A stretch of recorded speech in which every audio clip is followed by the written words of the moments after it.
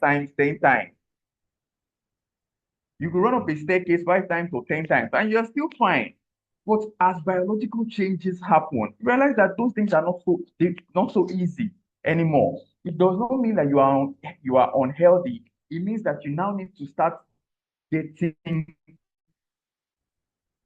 new behaviors. You need to start taking up adaptive behaviors to match up to the biological changes happening in your body. It's very important that you look at it that way. Okay. And that also helps you so that you don't give up, so to say, on wellness. You start to think, a lot of people start to think, I'm too old, though, I'm too old for all this, please. Don't stress me. On the other extreme, we have a lot of people who now decide that no, I must remain young. And then they start taking it, up a lot of challenging exercises, trying to prove to themselves that they are still young. And that's how they end up with some injuries. So it's important that you have a balanced mindset to what your health is. What are the things you should be able to do right now? And can you do them? Okay? Can you take a walk by yourself? Can you, climb up the staircase without feeling like you're about to pass out? Can you do, minor things around the home without any assistance? These are the things that will start to redefine your health. And it's important that you note that if you don't take up the activities or you don't take up the adaptive behaviors to maintain the simple things you should be able to do, I promise you, even in the near future, those simple things will start to get difficult. Remember, like I said, for a 90-year-old, health is being able to go to the restroom and clean up by yourself. Don't be surprised if you don't take up adaptive behaviors. By the time someone gets to 90, able to go to the toilet, not that there's anything wrong with the person, not that there's any serious medical condition, but just because the person didn't do certain things that they should have been doing as they started getting older. So it's important that we understand this approach. Next slide, please. And so the question now becomes, how do we maintain wellness? What are the things we are supposed to do? Next slide. And we're going to start with the basics, things that everybody knows, okay? So the step one, the summary of your step one is know your current state of health.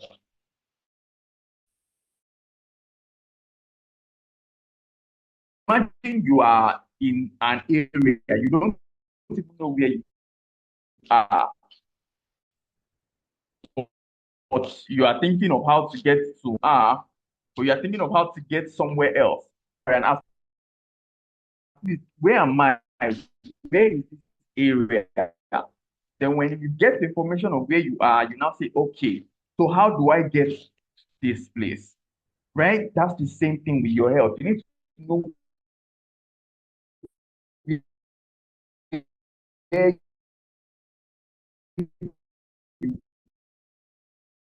blood pressure, blood sugar, cholesterol, weight, and BMI. Okay, weight and BMI. Very, very important. You must know your BMI. PSA, mammogram for women, pap smear for women. What's your blood pressure? You might not know your blood pressure at that point in time, but you should be able to say, oh, my blood pressure is usually between this range and this range. And there are times I've seen patients who will tell me that, no, that blood pressure, it's not within my normal range. So they know. So it's easy for them to pick up when something is wrong. Okay, same thing for blood sugar and the rest. So know your current state of health. That's step one. That's if you don't know all this, you can take a picture of this, write it down, and then make it a point of duty to find out, the numbers. You need to find out all of this as applies to you. Okay, that's your step one. Okay, next slide. So we can go to step two. Now, step two is now that you know your current state of health, what are your health goals? Identify your health goals. Okay, identify your health goals. So if your blood pressure is high, your health goal is now to lower your blood pressure to the normal number that it should be. Okay, I don't want to go so deep into it because of course you're going to have conversations with your doctor and all that. But for your blood pressure, your blood sugar, your blood cholesterol, and all that. When you're seeing a doctor, if they tell you it's high, ask them, okay, what should the normal number be? And then you know, okay, this is your target. Same thing for your weight and your BMI. So if you know your BMI and it's high, which indicates obesity, then you can start to find out. I did something like that some months ago on the Health of All community where I help people calculate their BMI. And then, of course, your BMI is based on your weight and your height. So if your BMI is too high, it means your weight needs to come down. And then I was able to help them set a target. And this is something you can discuss with your doctor. So based on your BMI and what your BMI should be to remain healthy, we will now set a target for you in terms of how much weight you need to lose. So again, I know you say, oh, I'm trying to lose weight. What is your current weight? What's your BMI? And what is your target BMI? And what should that weight be? So you have an idea of how much weight you need to lose. And then you now set, goals based on that. Okay, I want to lose 2 kg per month. I want to lose 1 kg per month. You identify your health goals. Okay, what do you need to manage and what do you need to treat? So, things you need to manage are things like I said, your weight, your blood pressure, cholesterol, and like what do you need to treat? Is there an infection you need to treat? Is there if the prostate is enlarged, what medication do you need here? What procedures do you need to do? Identifying your health goals will help you know what to focus on. You don't just jump in with everybody who is doing exercise and then you say, oh, yeah, this person is doing this. I'm going to go in. I'm going to do. The person has a different health goal. And you will see as we continue that the person who is trying to lose weight, the kind of exercise the person needs to do is quite different from the person who needs to control their blood pressure, albeit the fact that it's the same exercise, but the way you do the exercise matters depending on your health goals. So you don't just copy and paste, just pick any exercise and start doing. No, no, no. You must identify your health goals. And then that will guide you on what steps you need to take. This is very crucial. It is subjective and it's only for you. At the very best, you might find someone who has a similar health goal. So maybe you are trying to lose weight, someone else is trying to lose weight. Okay, that's fair. But again, the amount of weight you are trying to lose matters. If someone is trying to lose just 10 kg and you are trying to lose 20 kg, then there will definitely be a difference in the approach, right?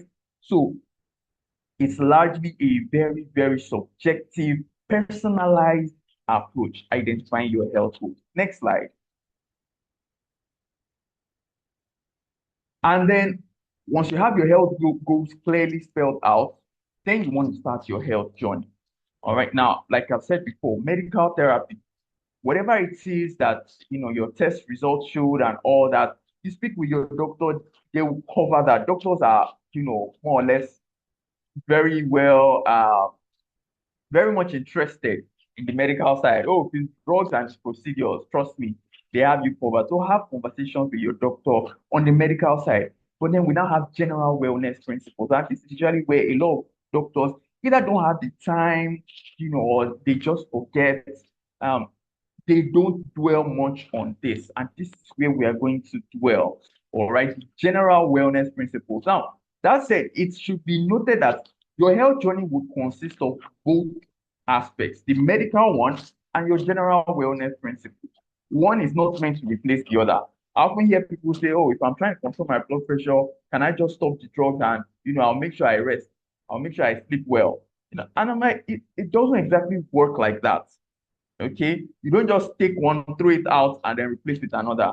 Yes, there is a way to, infuse both of them, and if one is, effective enough, you might be able to step down the other, but there's no guarantee that you can just throw away anyone.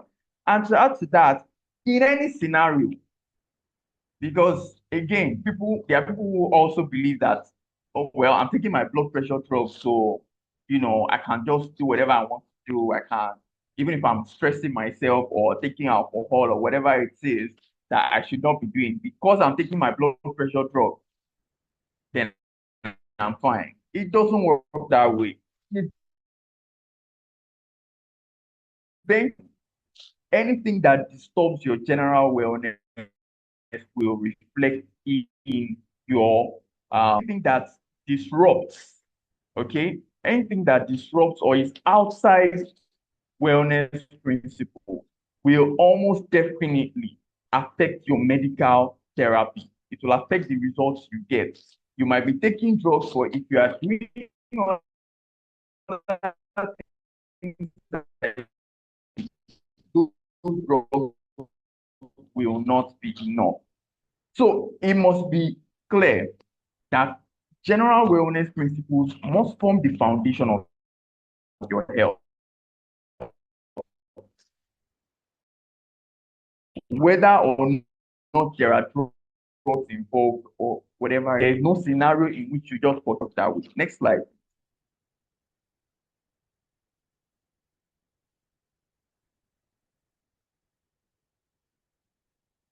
Next slide. We're not trying to reinvent any wheel. We're not bringing something from another planet. It's the basics, things we know. But the question is how to use these basics. So of course, rest, diet, exercise, the usual, right? But now let's see what they entail. Next slide. Okay, so rest, diet, exercise. And we'll start with the first one, which is rest. Now, I don't know if anyone knows the minimum amount of hours you should sleep per day is 7 hours. I can categorically tell you if your blood pressure is high, if you are trying to lose weight, if your blood sugar is poorly controlled, and you are not sleeping 7 hours a day, you are literally making it difficult for you to achieve your health goals. You're trying to control your weight or your blood pressure, your blood sugar, and you are not sleeping up to 7 hours per day. You are making it more difficult for yourself to get results. There's a no-brainer that enough studies on the amount of sleep and how it impacts your general health. Okay, so for sleep, no negotiation, 7 hours per day, minimum. Okay, typically between 7 to 9 hours. And it's important to also know that as you get older, the amount of sleep you get tends to reduce. Okay. There are a lot of possible reasons for that, but it is the reality. And so you now need to be intentional about protecting your sleep cycle. And protecting your sleep cycle, it involves picking the same time to sleep every night. You need to teach your brain when to sleep. Yes, you actually teach your brain. So you sleep at 8 o'clock today, tomorrow you sleep at 10 o'clock. Another time you sleep at 12 midnight.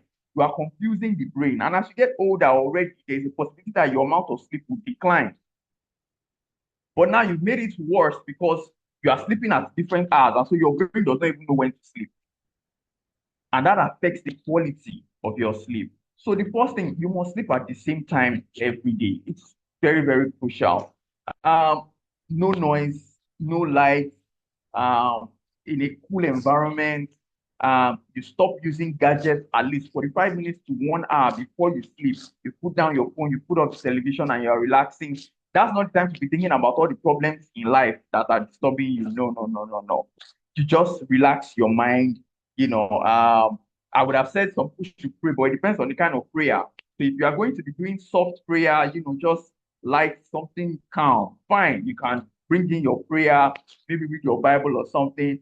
But if you are the type that you know that when you start, it's MFM, fire, fire, and then when you start praying that fire prayer, all the sleep will clear from your eyes. Then you might not want to do that. So, whatever it is that you can do to just clear your mind. Again, I would have recommended reading a book. Well, it depends on the book. If you start reading a book that is so interesting and then you stay up for the next 3, 4 hours, again, you defeated the purpose. So whatever it is to clear your mind, at least 45 minutes before the time you are expected to sleep.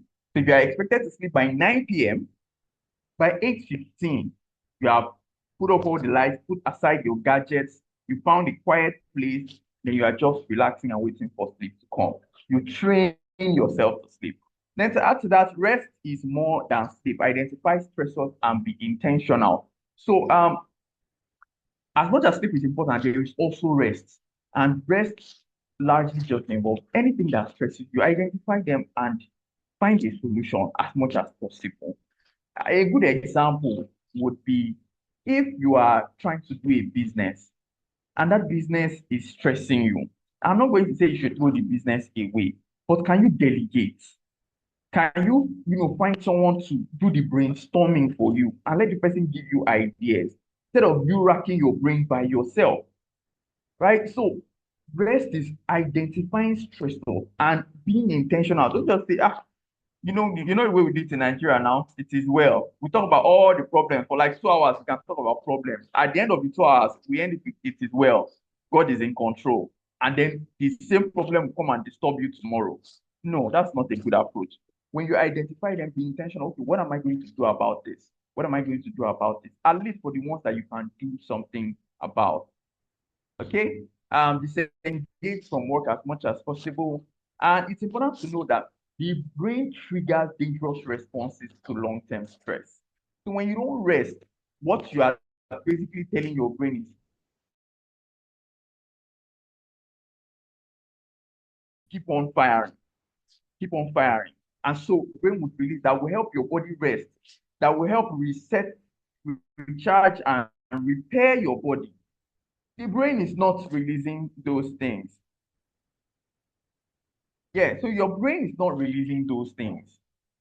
Okay, and that is why at the end of the day you realize that fire. That's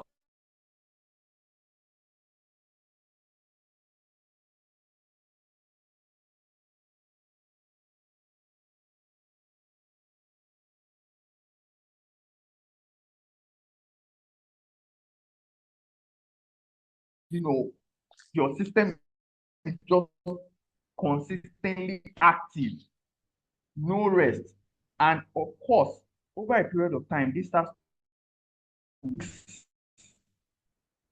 brand new car. But you are driving it non-stop, no parking, nothing. You are just driving it through for 3 weeks. That car will not last. In like a week, or in less than a month, that car will pack up. So imagine your body, right? So that's something to keep in mind. Um, there are a number of other things here, but let's just move. I'll say about rest is not a luxury. Okay, it's not a luxury. It is a necessity. Okay, so keep that in mind. Next slide.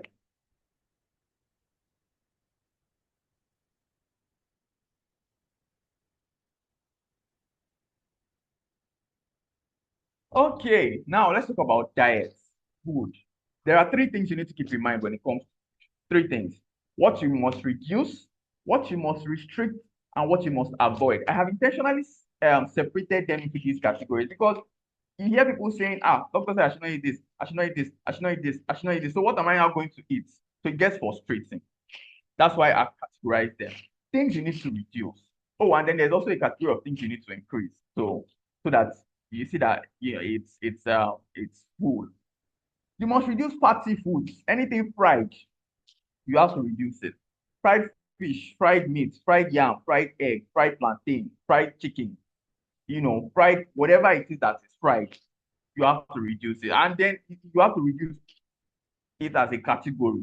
So don't say yesterday I ate fried fish. So today I won't eat fried fish. Today I eat fried meat. And tomorrow it's fried akara. You eat. No, no, no. You are reducing fried food generally, everything fried. Okay? Reducing red meats. It contains a lot of fat, which is not good. And then you generally want to reduce carbohydrates. Why? Because, well, carbohydrates are energy giving food. As you get older, you're not running around anymore. Right? So you don't need too much energy. Too much energy will just be converted into fat. And that creates a problem. Okay, and you're now thinking about weight loss. Okay, so these are things you reduce. Again, emphasis reduce. It's not an abomination for reduce these things. Things you need to restrict: junk food. I'm still surprised when I see other people drinking Fanta and Coke. I'm like, wow, right? I mean, it's for young, in fact, it's not just for young people. People I expect to see drinking Coke and Fanta are, those carpenters, you know, people that carry cement, because they are the ones actively burning it, or athletes.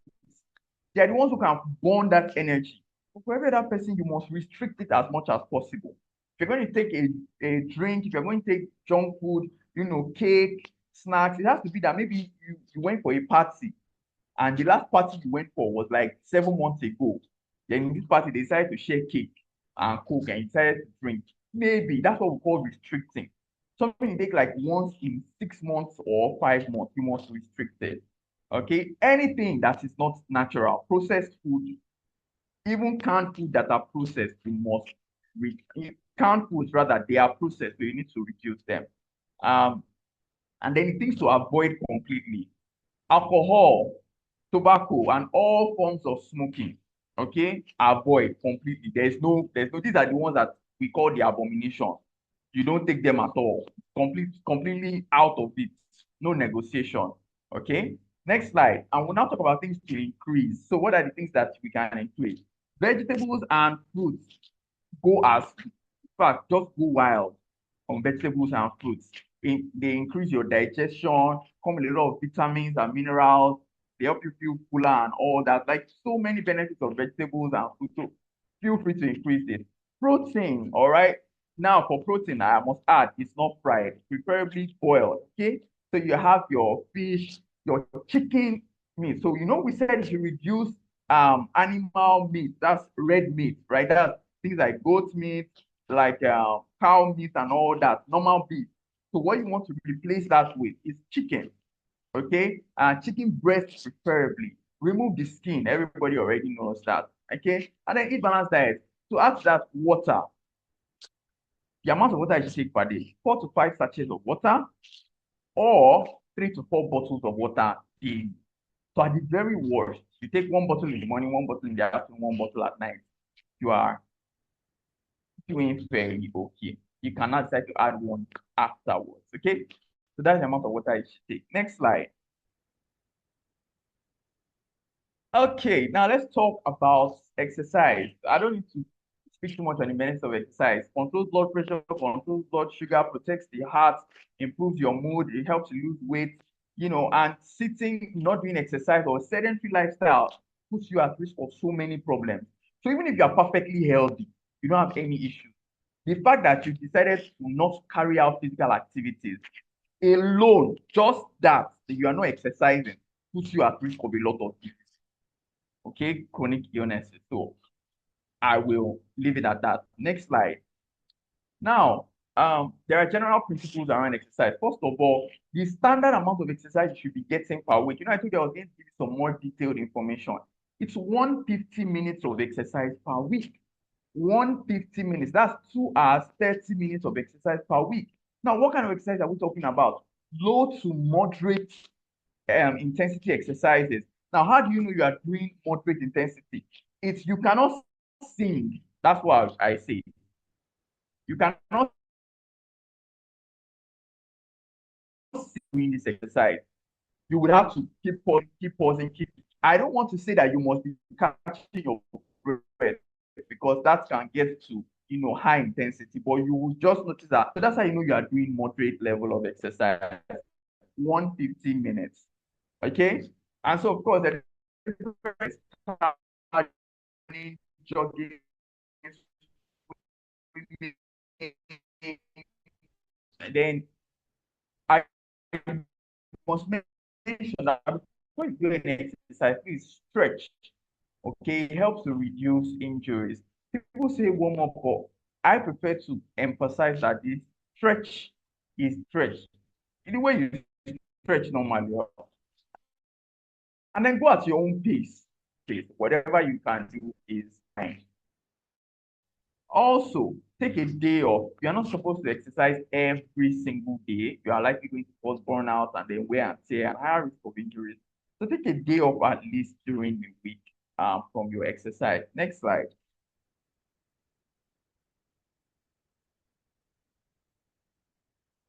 Okay, so a few special considerations for exercise. If you're trying to control your blood pressure, particular exercises you need to look into are brisk walking, dancing, and then resistance exercises. So brisk walking is just walking fast. And for blood pressure control, the advice is you want to do about 10 minutes per session. Okay, 10, 15 minutes per session. You can do one in the morning, one at night. It's actually so much more effective than trying to do a long duration brisk walk. Okay, so 10, 15 minutes per session. And that's why you can see in the combination I have here, 20 minutes for 4 days. So that's 10 in the morning, 10 at night for 4 days. And then on the weekends, you can just have a dancing session. Or when you go to church and they are doing praise and worship, you make sure you dance as much as possible. People will understand that what you are doing is exercise. It's part of it, okay? So you do that on weekends. So these are some of the exercises that help with blood pressure control. Next slide. Okay, so wall push-ups, chest flies, these are exercises that also help. We call them resistance exercises. Resistance exercises. Okay, and you can see these people leaning on the wall. So they would lean on the wall and then push themselves back, lean in, push themselves back. That's how to do a wall push-up. Go to the next slide and we'll see the chest flies. Okay, so these are chest flies, and what this man is using is a band, it's a resistance band. All right, so he would just extend it and then bring it close together, extend it and then bring it close together. You know, you can see my hand like that. That's how you do a chest fly. What I recommend, if you don't have this resistance band, get 2 bottles of water. Okay, depending on your capacity, you can fill them up completely or fill them just halfway, okay? And then take your hands out, bring them together. So you are holding the 2 bottles of water, take your hands out, bring them together, take your hands out, bring them together. That's an easier way of doing chest flies at home if you don't have a resistance band. Next slide. Now, we have special consideration for people trying to control their blood sugar.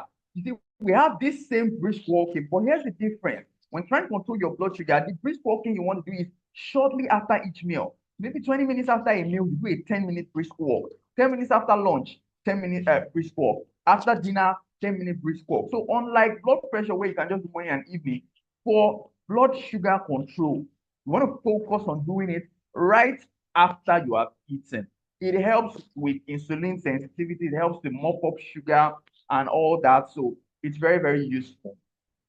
Then, of course, for blood sugar control, strength training too helps with blood sugar control and insulin sensitivity. Okay. So example of strength training, like what I just showed you, the wall push-ups, your chest flies, and if you can, find ways to lift at your own pace. There are very, very light weights that you can easily lift. And then there's what we call the soleus push-up. Okay, the soleus push-up. It's a very simple exercise. You can go to the next slide so everybody can see what the soleus push-up looks like. And you can see they're just sitting down, but the heel, all right, the back of their legs, if you can see the back of their legs are raised. So you raise it like that and then you bring it down. You raise it like that and then you bring it down. Okay, it's very useful. You can do that for up to 1 hour or 2 hours after eating. While you are seated doing whatever it is you are doing, you just keep doing that exercise. It's very useful for controlling your blood sugar. It's very simple exercise that actually helps. So that's the soleus push-up. Next slide. And then finally, we have weight loss special consideration. For weight loss, now we're not necessarily doing brisk walking. So you see, I told you that the same exercise was used in different formats depending on your goal. Now we're still talking about walking, but we're talking about long walks when you're trying to lose weight. Because you see, when you do high intensity brisk walking for a short period of time, you burn more of glucose, and what we're trying to do is burn fat. Okay, so instead of doing something short, doing a short duration exercise, you want to do something that is more long term. So you won't get tired easily, okay, because your glucose stores will not just be depleted like that. Instead, your body will take from your fat stores for long duration exercises. So for the work you are doing for weight loss, 45 minutes to an hour, or if you're just starting, you can do 30 minutes. Okay, and you want to do this as much as possible. So a combination here is you can do a long walk up to for 30 minutes for 3 days, and then you add that to your cardio. An example of cardio is what? Dancing, swimming, okay, marching in place. Although brisk walking can also be a form of cardio, but here's the problem. How many people can do brisk walking for 1 hour? It's not easy. Brisk walking, you are walking very fast. So it's not easy. So I did not include it in this kind of cardio for weight loss. But things that you can easily do for an hour, take a break, you dance, it's something that you can do much more easily. Okay. Of course, for weight loss, I must say that the most efficient step is diet, controlling everything I said about food earlier is a weight loss. You're trying to bring down your weight. That is your number one. It is your number one strategy. I cannot emphasize that enough. Okay, next slide.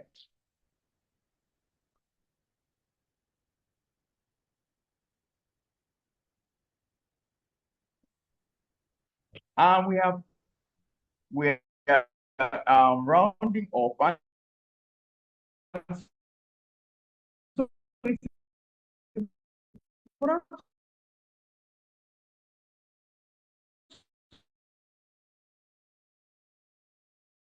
to note that a healthy life is not a destination. A lot of times people ask that, oh, so if I start doing kind, that is when you get goals. Because you believe you are right that your things that took you there. You believe you are right. Other people, they will do something that is so impractical, so strenuous, so stressful, and they know that they cannot keep this up for the next 2, 3 years. And so I always tell people, any lifestyle change, any wellness principle that you want to adopt, you need to be thinking long term. Can I do this for the next 5 years, for the next 10 years? I know someone who decided to cut down his sugar. So the guy decided that he will only be eating boiled plantain or unripe plantain. That's the only thing he was eating. And to be honest, he was trying to control his blood sugar and it worked for like, a month or 2 months. But after a while, the food started tasting like chaff because how can you be eating the same boiled unripe plantain for 2 months and you will not get tired? So he ended up reverting to his other options of food. And I explained to him, you will have to take it as a holistic change. All right. Nothing is an abomination except alcohol and smoking, of course, but every other thing must be added in the right amount. Again, balanced diet, right? There's a right proportion and in the right amount as a whole. So a healthy life is not a destination, it's a journey, and every single day, you will take a step. Either you are taking a step backwards or forward. Thank you very much, and I will now take any questions. Okay, thank you so much, Dr. Victor. We do appreciate. So we are open to questions from our seniors. Please, if you have a question, just unmute and ask your questions.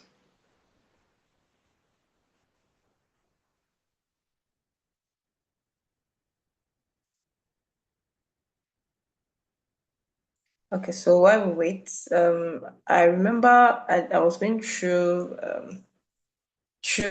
the first, just as how I was sharing. I said the first, okay, so we see Mrs. Janet Ajibade saying thank you.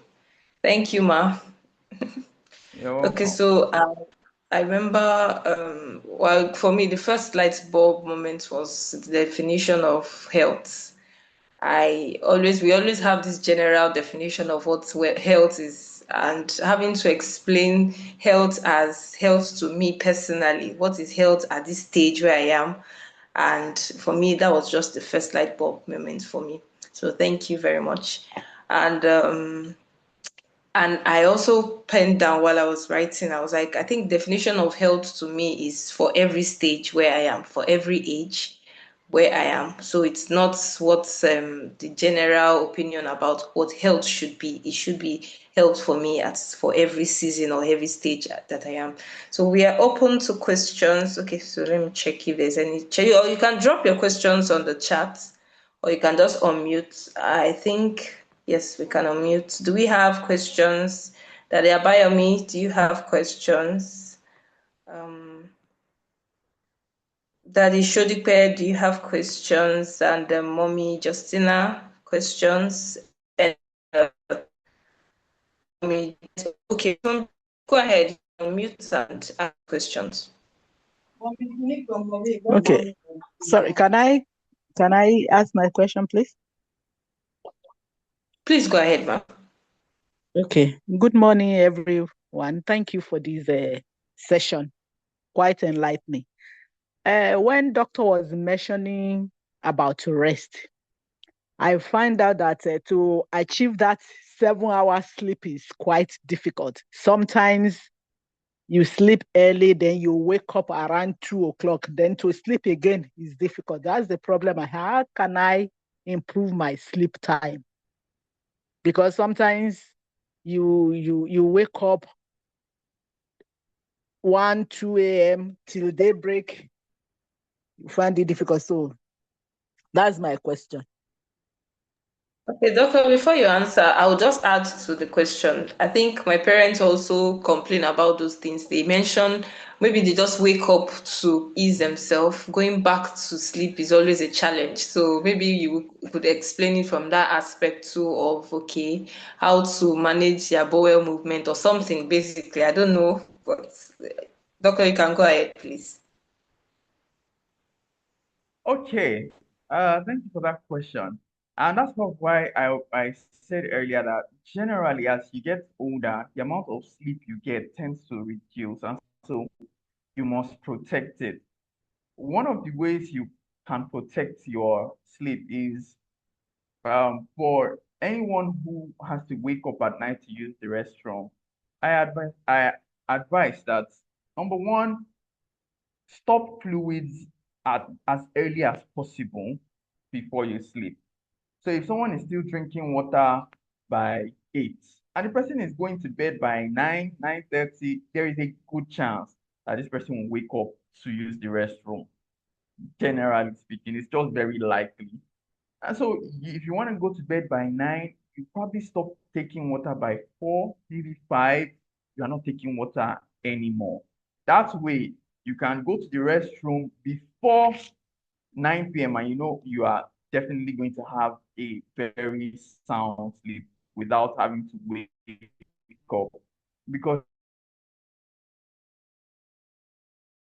is that again, your body learns.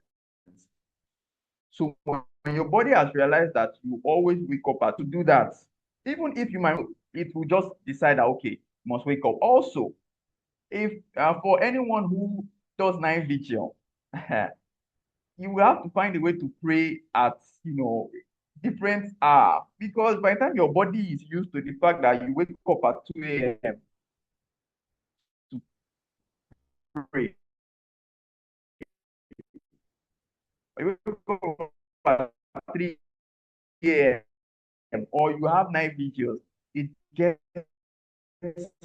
harder. So what happens is the body learns based on what you have taught it over time.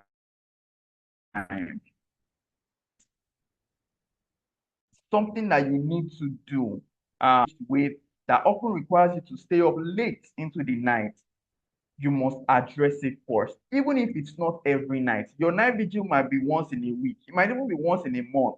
But trust me, it has an impact as you get older because the quantity of sleep the body gets reduces. That's just a general thing. So, first of all, identify and address. Secondly, identify and address anything that makes your sleep time irregular. You must have a fixed time. You must have a fixed time when you sleep. It must be fixed like clockwork so that your body can learn that when it comes to this time, I will sleep. Now, if you have also taken out anything that should interrupt your sleep at night, your body starts to learn little by little, but your body will start to learn that okay, this this person does not need to wake up to do anything at night. So your body starts to learn to preserve your sleep cycle and elongate it. The third thing I'll say is if you wake up at night and you are not feeling sleepy, especially if you did not wake up to do anything in particular, or you just woke up, please just relax on the bed. It can be tough.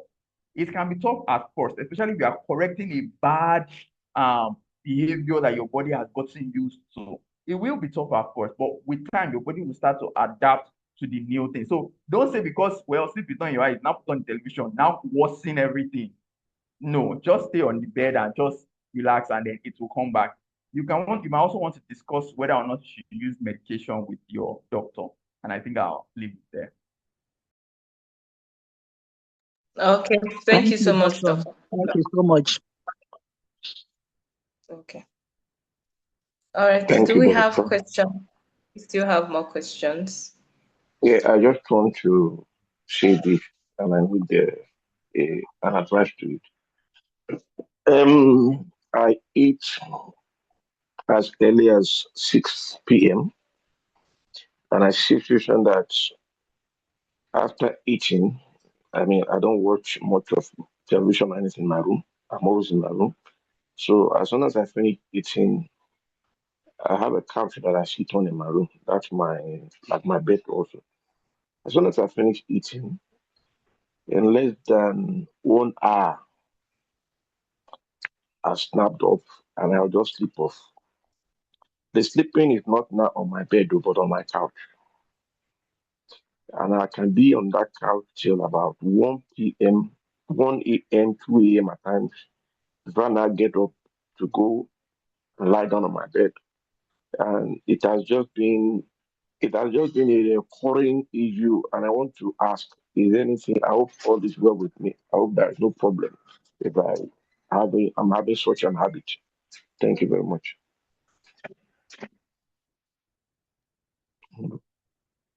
Okay. There is absolutely nothing wrong with you. What you have is the typical postprandial effect, right? You eat and then, your body focuses more on digestion and then your brain just kind of settles down, and that's why you are much more likely to sleep after eating. It happens to almost everyone. After eating, you just start to feel sleepy. I think a lot of people can relate to that. What I would recommend is, in order to avoid breaking your sleep, in fact, I must first of all say that when you eat and you just sit down to relax, it's not very healthy. Uh, it's not very healthy. Or rather, to sleep off, rather, sleeping off after eating is not very healthy. So, the recommendation is to eat your last meal of the day while you are still active. When you do that, first of all, that sleepy mindset or that sleepy mood that you will get into is not likely to be so effective again because you are busy, you are doing other things. You might doze off a little bit, but you have things to do, so you are still active. There's that. Now, when you do that, you slept, you've had your last meal while still active. When it's now time for you to sleep, you are not triggering your sleep because that's basically what you've taught the body. You have taught your body to trigger sleep by food. So you are now going to teach the body a new approach where you trigger sleep by going to lie down on the bed and closing your eyes. You are retraining the body.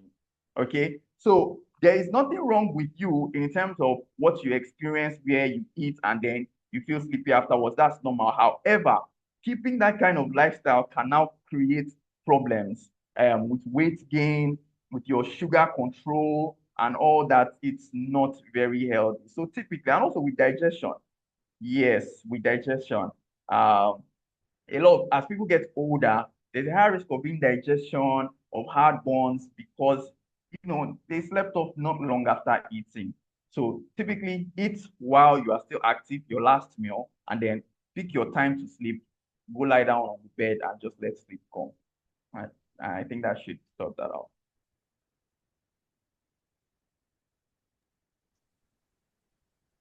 Okay.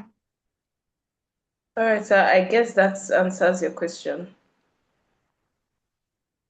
Okay, so do we have more questions from any of the seniors? I noticed some people joined in. Do we have questions? We are wrapping up very soon.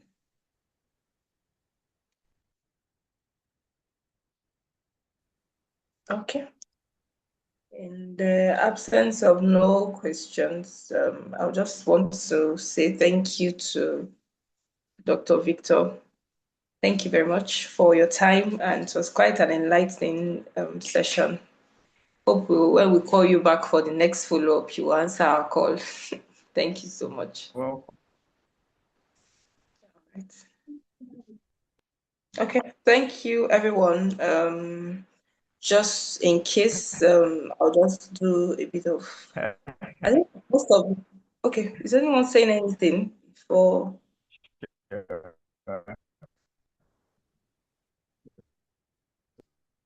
Okay, I think it's a network challenge. All right. Okay, so thank you, everyone. Thank you to our seniors, and thank you to my colleagues. Thank you. It was a wonderful session. I would, okay. Thank you very much, Ma.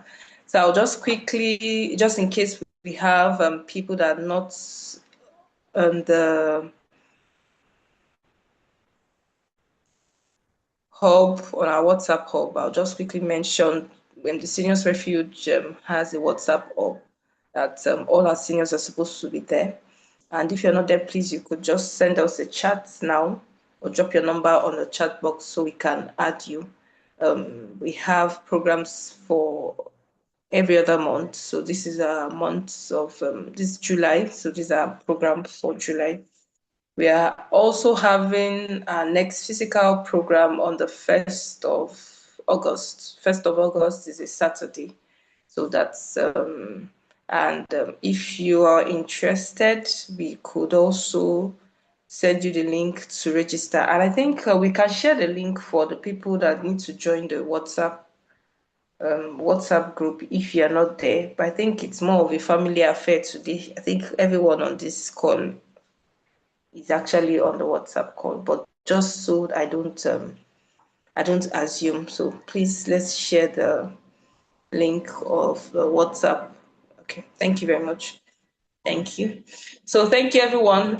That's a wrap. We appreciate your extra time with us. We are looking forward to our next program, which is 1st of August. It's going to be an exciting one. It's a physical program, and we trust that everyone will be safe and healthy, and the Lord will keep us all till that day and beyond. Thank you, everyone. Thank you, mommies and daddies. We appreciate your time. We do not take them for granted. So see you on the 1st of August. Thank you. Thank you, everyone. Bye.